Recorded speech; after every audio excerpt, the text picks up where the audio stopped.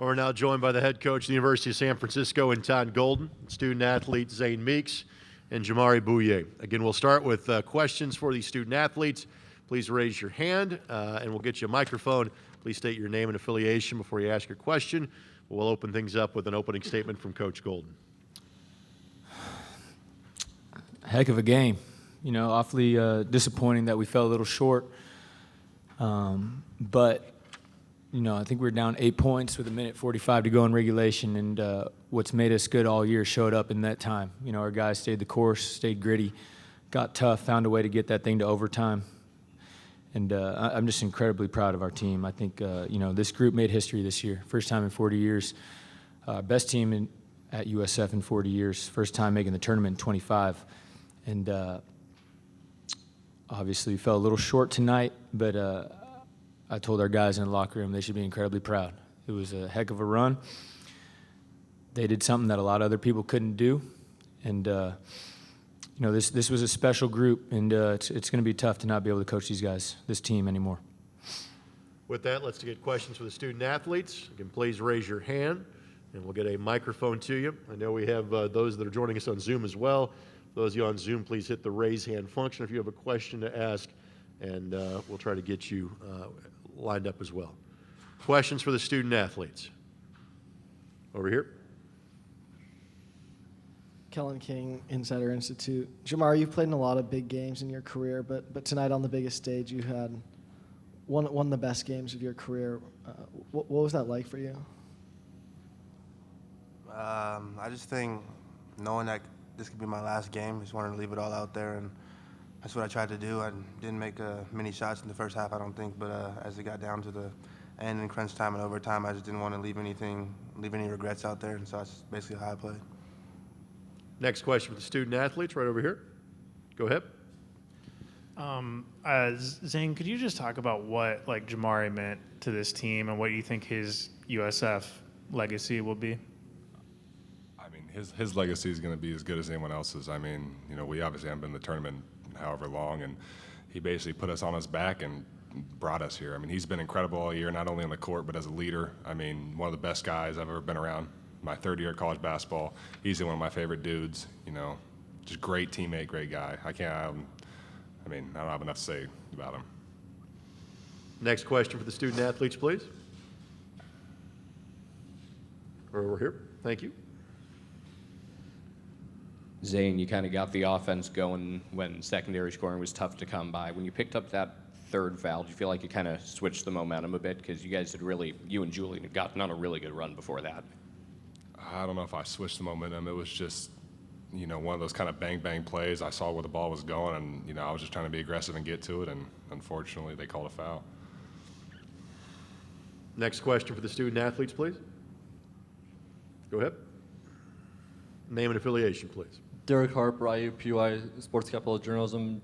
Jamari, I mean, you just went out there, went on a tear. Can you explain kind of what went through your mind, and you kept the team in it? Honestly, like I said earlier, just trying to leave it all out there, no regrets, and we needed buckets and stops, and I was trying to put the ball in the basket, which I did. And me and my teammates, Julian Richmond, last night were actually watching Carson Edwards and Stephen Curry highlights of the tournament, and it kind of just inspired me a little bit. So, this performance is definitely something that kind of I got off of that videos for sure. Any further questions for the student-athletes? Go right back ahead. Yes, sir. Jamari, you've obviously seen a lot over the 5 years at USF. Is there a moment, either within these last few weeks or over the past few years, that really sticks with you and stands out as the one you feel was, you know, I'm never gonna forget this feeling? I don't think there's a specific moment. I think just this specific year just kind of was one of the best years of my life, if not the best. I think just playing with these guys that are unselfish and that do anything for the team, and we kind of just had a goal since June 15th to make it to the tournament, and it wasn't believable to other people outside of our locker room, but since we got here, I think just enjoying everything that I've seen here and everything that we've done here. But I think this team is a special team, and like Coach said, it's one of the best teams in USF history. Any further questions for Jamari or Zane? Guys, congratulations on a fantastic year. Thank you for your time this evening. Thank you. We'll dismiss the players back to the locker room. Now we'll start taking questions for Coach Golden. Again, raise your hand. We'll get a microphone to you. Name and affiliation. Go ahead. Kellen King, Insider Institute. Coach, obviously this is a tough way to end the season, but getting this national attention and having this success this year, how do you build on that for the years to come? You know, there's no direct line on these. You know, you got to do a really good job of trying to center yourself after every year and making sure, you know, you have the right people on board and you're heading the right direction. And so we'll take some time to regroup and, you know, give our guys a little time off and try to center ourselves that way. But, man, you would think, you know, with the success that we had and the excitement that we built, especially back home in San Francisco, that we'll continue that way. Right here in the middle. Connor Letourneau, San Francisco Chronicle. Todd, obviously Jamari was a guy who didn't have a Division I offer before you guys came in. When you think about that and you think about just his story, what does that add to a night like tonight? You know, it's recruiting is not an exact science, you know, and I think we've done a good job over the 6 years here in San Francisco of kind of evaluating and finding some guys like that. Khalil's another one, right? D2 player that joined us, and you know, Jamari's story is special. You know, I think he was tasked with a tough question after last season. You know, do I come back or do I go play pro? And you know, he would have found a good home if he decided to do that, and he decided to come back, and he believed not only in the program but in his teammates and in the direction that we were headed. And you know, it's unfortunate because we lost, but for him to have 36 points on a national stage, and he was absolutely unstoppable in the second half. They had no answer for him. I'm just incredibly proud of him, to be honest. And you know, I'm just glad that on the national setting that people got to see him, because he's been doing this all year for us. Right here. Mr. Sweeney. We'll get you next. Kevin Sweeney, Sports Illustrated. It felt like in the second half, you guys had a lot of really good looks from three, and it just kept rimming out. As a coach, what's the message there to the players to keep battling? Like, how do you keep instilling the confidence to keep shooting them in a moment like that? No, it's interesting because kind of what hurt us tonight was our issues last year. You know, without Yalian in there today. You know, Pat did a really good job. He was 5 for 5, and he did a good job in the paint scoring.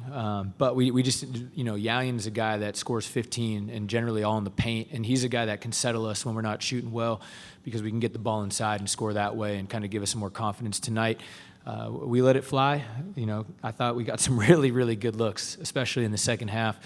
That just didn't drop, and you know, it allowed them to get that little bit of a lead late. Fortunately, we were able to come back. But, man, you know, I think we'll watch the tape and just be a little disappointed that we didn't shoot the ball better. But, you know, it happens. And I actually heard Frank Martin talking about it on the CBS telecast in between one of the games today, where, you know, teams that score in the paint are a lot less volatile. And in a tournament game, in one-game setting, you can have a night like this. And, unfortunately, we went 9 for 35 tonight, and I think a lot of those were good looks. Right over here.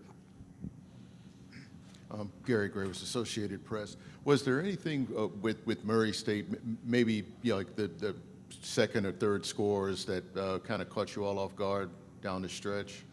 You know what? I thought the kid, 31, Skipper Brown, did a great job. You know, he was, you know, someone that we were concerned about because he's really good on the offensive glass and a really physical player. But he killed us. He had 12 and 10. He got to the foul line. He's not a very good free throw shooter. Generally, he was 8 for 12 tonight. You know, so that was something that affected us. And then Hannibal, you know, a guy that we were, you know, very concerned about because he's so physical and the way he gets downhill on his penetration. I think he had 3 or 4 and ones tonight, and we just weren't able to keep him out of the paint. And those two guys combining for 30, I mean, that's the difference in the game right there to me. You know, I think if those guys are a little closer to their averages, you know, we're talking about us playing on Saturday. Let's go to Zoom. Jeff Ferrato, go ahead with your question for Coach Golden, please. Yeah, Jeff Ferrato with the Mercury News. Todd, Khalil has been awfully good for you, and in the last 8 games, he's averaging about 20 points. What do you think happened with him tonight? It didn't look like he played with a lot of aggression and then perhaps lost his confidence. No, I don't think that's the case, Jeff. You know, I think he's been incredible. As you mentioned, 20 points a game over the last 8 or so, and just didn't shoot the ball well tonight. You know, and it can happen, and I'm disappointed for him. because I know how much, he cares and how much this moment meant to him. But at the same time, he played 43 minutes, was really good defensively. 43 minutes, think about that. He only sat out 2 minutes in an overtime game. And Khalil is a guy that I will ride with any day of the week. He's an incredible competitor, an incredible human being. And he, along with, obviously Jamari and Yalian, if we don't have those guys, we're not here right now. So unfortunate he didn't have his best game, but I definitely don't think it was a confidence issue, and I think it was more just, one of those nights. Any further questions for Coach Golden? Todd, congratulations on a wonderful year. Thank you for your time. Thank you very much. Folks, thanks for joining us yesterday and this morning. We'll see you back here later today.